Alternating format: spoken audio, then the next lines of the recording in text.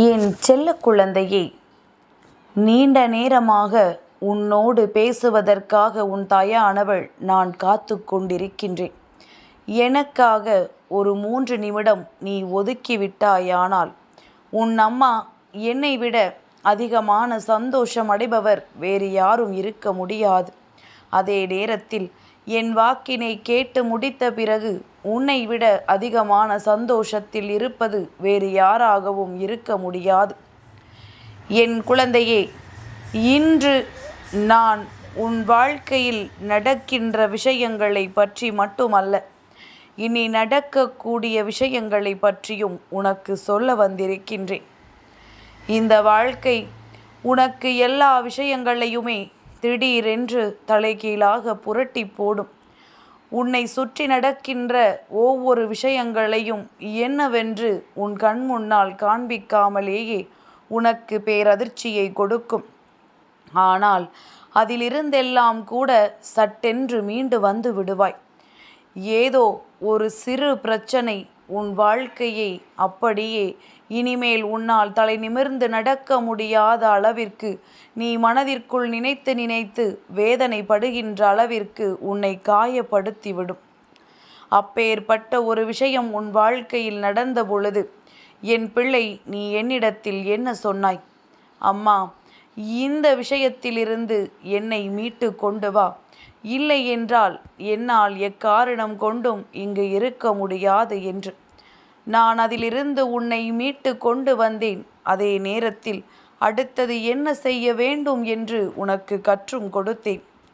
இப்பொழுது நீ இருக்கின்ற நிலை பற்றி உனக்கு வாழ்க்கையில் பல சிந்தனைகள் இருந்து கொண்டிருக்கின்றது. நாம் என்ன செய்கின்றோம், ஏது செய்கின்றோம், நாம் செய்வது சரிதானா, நாம் செல்கின்ற பாதை சரிதானா என்று சொல்லி என் பிள்ளை நீ ஏங்கிக் கொண்டிருக்கின்றாய். எப்பொழுதுமே ஒரு குழப்பமான மனநிலையோடு தான் நீ வாழ்ந்து கொண்டிருக்கின்றாய். இந்த மனநிலைக்கு மருந்து உன் அம்மா நான் என்பது உனக்கு நிச்சயமாக தெரியுமல்லவா? அதனால் இன்று என்னோடு பேச நீ ஒதுக்குகின்ற உன்னுடைய பொன்னான நேரத்தில் அந்த 3 நிமிடமானது நிச்சயமாக உன் வாழ்க்கையில் ஒரு அதிரடி திருப்பத்தை நடத்தி கொடுக்கும். என் குழந்தையே, நமக்கு கஷ்டங்களை கொடுக்கின்றவர்களை எல்லாம் நினைத்து ஒரு நாளும் வருத்தப்படாதே. அவர்களை ஒரு நாளும் கோபத்தில் திட்டாதே. ஏனென்றால் இவர்கள்தான் தெய்வத்திற்கு மிக அருகாமையில் உன்னை கொண்டு வந்து சேர்த்தவர்கள். நீ நினைக்கலாம், நம்மை இது போன்று காயப்படுத்தி விட்டார்களே என்று. ஆனால் உண்மையில் தெய்வத்திடமிருந்து அவர்கள் தூரமாகவும் நீ தெய்வத்திற்கு மிகவும் நெருக்கமாகவும் சென்று கொண்டிருக்கிறாய் என்பதனை மறந்து விடாதே.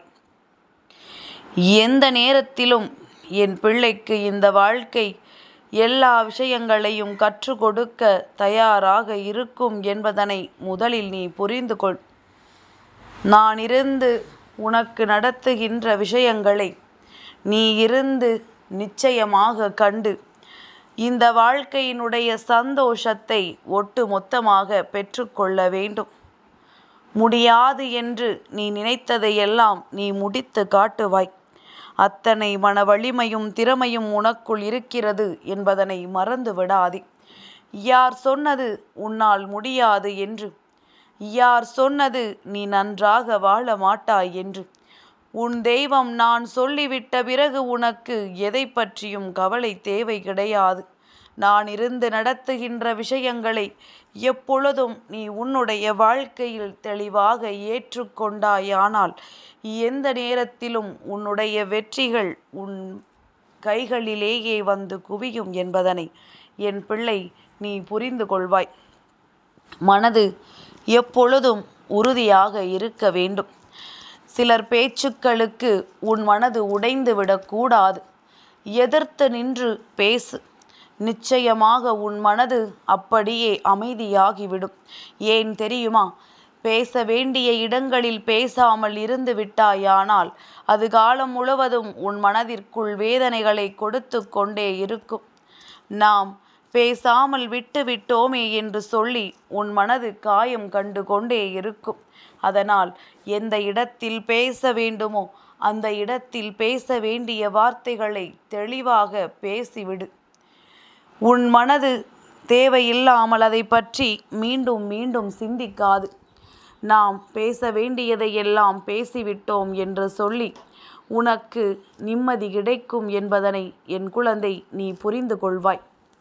என் தங்கமே, எந்த நேரத்திலுமே உனக்கு இந்த வாழ்க்கையிலிருந்து துன்பங்கள் வந்துவிட்டதாக எண்ணாதே.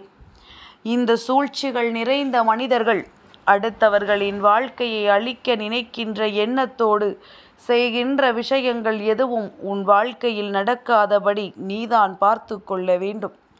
அவர்களின் எண்ணங்களை பொய்யாக்கக்கூடிய திறமை உனக்கு தான் இருக்கின்றது என்பதனை மறந்து விடாதே. நீ நினைத்தால் எதையுமே சாதிக்கலாம். நீ நினைத்தால் எந்த விஷயத்திலும் மாற்றங்களை கொண்டு வரலாம். அதையெல்லாம் விட்டு விடாமல் இந்த வாழ்க்கை உனக்கு தருகின்ற அத்தனையையும் பெற்றிட என் பிள்ளை எப்பொழுதுமே நீ தயாராக இரு. எவ்வளவு இடைஞ்சல்களை உனக்கு கொடுத்தாலும், நீ வாழவே கூடாது என்று சாபமிட்டாலும் அவையெல்லாம் அவர்களுக்கே திரும்பச் செல்லும் என்பதனை புரிந்து கொள். எல்லோருக்கும் மனதில் என்ன எண்ணம் தெரியுமா?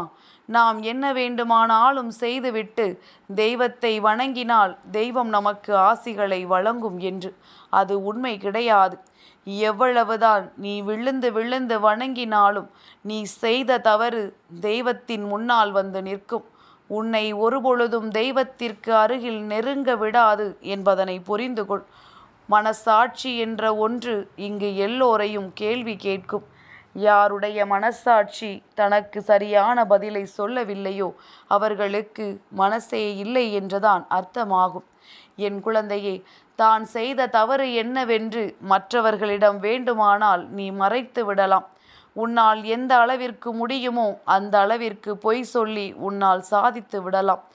ஆனால் உன்னுடைய மனசாட்சி உன்னை ஒரு நாள் நிச்சயமாக கேள்வி கேட்கும். உனக்கு இது தேவையா என்று. அப்பொழுது அந்த மனசாட்சிக்கு உன்னால் பதில் சொல்ல முடியாது என்பதனை முதலில் புரிந்து கொள். அது ஒன்றுதானே உனக்கு எத்தனை துணை இருந்தாலும் யாருமே இல்லாத நிலையிலும் உனக்கான மிக பெரிய துணையாக நிற்பது. அதையே நீ ஏமாற்ற முயற்சி செய்தால் அதுவும் உனக்கு துணையாக இல்லாமல் உன்னை தனிமையில் விட்டுவிடும் என்பதனை புரிந்து கொண்டு என் பிள்ளையே, இந்த வாழ்க்கை இனிமேல் உனக்கு இது போன்ற துரோகங்கள் இல்லாத ஒரு நிலையை உருவாக்கி கொடுக்கும். எந்த நேரத்திலும் உனக்கான சந்தோஷத்தையும் மனமகிழ்வையும் உன்னுடைய வாழ்க்கையில் கொண்டு வந்து சேர்க்கும் என்பதனை என் பிள்ளை நீ புரிந்து கொள்வாய். எல்லா மாற்றத்தையும் நான் இருந்து உன் வாழ்க்கையில் நடத்துகின்றேன். எல்லா திருப்பங்களையும் நான் இருந்து உன் வாழ்க்கையில் உருவாக்கி கொடுக்கின்றேன். என்ன நடந்தாலும் சரி, இதிலிருந்து நீ உன் வாழ்க்கையை நிச்சயமாக மீட்டெடுத்து விட வேண்டும். என்ன நடந்தாலும் என் பிள்ளைக்கு இந்த வாழ்க்கை கொடுக்கக்கூடிய ஒட்டுமொத்த சந்தோஷங்களும் உன் கைகளுக்கு வந்து சேர வேண்டும். அதை இந்த வராகி என்னுடைய துணையோடு நீ நிச்சயமாக பெற்றுக்கொள்வாய் என்பதனை மறந்து விடாதே. நான் இருந்து நடத்திவிட முடிவு செய்து விட்ட பிறகுதான் உன் முன்னால் நிற்கின்றேன். உன்னை ஆட்டி படைத்த தீய சக்திகளும் உன்னை நெருங்கி வருகின்ற துஷ்ட சக்திகளும் உன்னை விட்டு விலகி போகும். வராகியின் பார்வையில் இதுவெல்லாம் பொசுங்கி போகும் என்பதனை நினைவில் வைத்து கொண்டு உன்னுடைய சந்தோஷத்தை எதிர்நோக்கி உன் அம்மா என்னுடைய ஆசிகளை பெற்றுக்கொண்டு முன்னேறி சென்று கொண்டே இரு. எங்கும் தயங்கி நின்று விடாதே. எந்த இடத்திலும் நீ இந்த வாழ்க்கையின் நன்மைகளை தொலைத்து விடாதே. உனக்கான நல்ல நேரம் வந்துவிட்டால் இந்த வாழ்க்கையில் அத்தனையுமே உனக்கான சந்தோஷத்தை கொடுத்திடும் என்பது உன் நினைவில் இருக்கட்டும். மனமகிழ்ச்சியோடு என் பிள்ளை ஏற்றுக்கொள்கின்ற எந்த ஒரு விஷயமாக இருந்தாலும் அதற்கு நிச்சயமாக கைமேல் பலன் உண்டு என்பதனை மறந்து விடாதே. அடுத்தவர்களின் வார்த்தைகளை கேட்டும் அடுத்தவர்களின் பேச்சினை கேட்டும் எப்பொழுதும் இந்த வாழ்க்கையின் லட்சியத்தை நீ இழந்து விடாதே என்றுதான் உன் அம்மா சொல்கின்றேன். உனக்கான நேரம் வந்துவிட்டால், உனக்கான வாழ்க்கை உன் கைகளில் கிடைத்து விட்டால் என்றும் நீ மனநிறைவோடு வாழ்வாய் என்பதனை உணர்ந்ததனால்தான் அம்மா அதனை உனக்கு கொடுக்க வந்திருக்கின்றேன். நம்பிக்கையோடு இரு என் குழந்தை, உனக்கு நல்லதே நடக்கும். என் செல்ல குழந்தைக்கு இந்த வராகி அம்மாவினுடைய ஆசீர்வாதங்கள் எப்பொழுதுமே முழுமையாக கிடைக்கும்.